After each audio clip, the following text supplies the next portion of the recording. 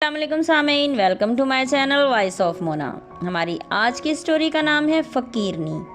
वो मुझे अस्पताल में मिली थी।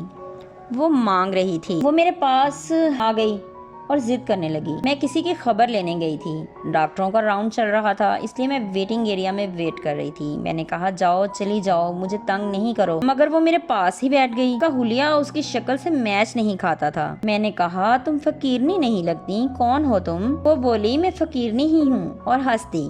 मैं समझ गई कि कुछ और ही बात है। बोली मेरा नाम नौरीन है। मैंने कहा अच्छा, कहाँ रहती हो? बोली मैं स्कीम मोड़ रहती हूँ। भीख क्यों मांगती हो? बोलने लगी ये सबसे आसान काम है, दिन का 3,000 से भी ज्यादा कमा लेती हूँ। मैंने कहा अच्छा सही है फिर।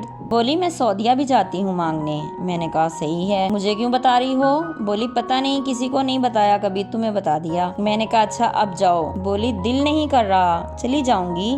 तुम ना दो मुझे कुछ, पास तो बैठने दो। मैं हंस दी। फिर वो बोली अब मैं बैठ सकती हूँ, और हंसने लग गई। बोली अपना एड्रेस या नंबर दे दो। मैंने कहा क्यों?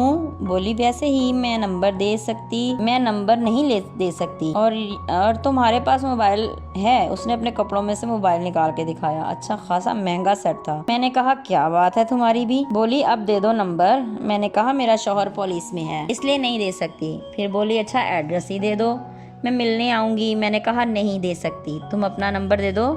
उसने झट से लिख कर दे दिया। पता नहीं क्या क्या रखा हुआ था उसने अपने कपड़ों में। मैंने नंबर लेकर उसके सामने पर्स में रख लिया। वो खुश हो गई और बोली जरूर करना कॉल, मैं इंतजार करूंगी। हाँ करूंगी बाबा, जाओ अब। फिर मैं मरीज की इयादत करने के लिए अंदर चली गई। कुछ देर बाद वापस आई तो वो वहीं बैठी थी। मैं दूसरे रास्ते से निकल आई। बहुत बड़ा नेटवर्क है ऐसे लोगों का, पता नहीं वो क्या चाहती थी। फिर उसका चेहरा उसके हुलिये से मुताबिकत ही नहीं खाता था। पता नहीं कौन थी, कहाँ से आई थी। खैर बहुत सी सोचों को लिए मैं वापस आ गई। बहुत लोग हैं, बहुत सी कहानियां हैं। हर इंसान की अपनी ज़िंदगी की अपनी हकीकत है और दूसरे ना आशना है। सिर्फ अपनी हकीकत का खुद को पता होता है। इस दुनिया में बहुत लोग हैं, कोई तकलीफ तो किसी को कोई तकलीफ तो किसी को कोई। हम तो बस सोच ही सकते हैं। जीते रहिए, खुश रहिए। मिलते हैं अगली कहानी के साथ।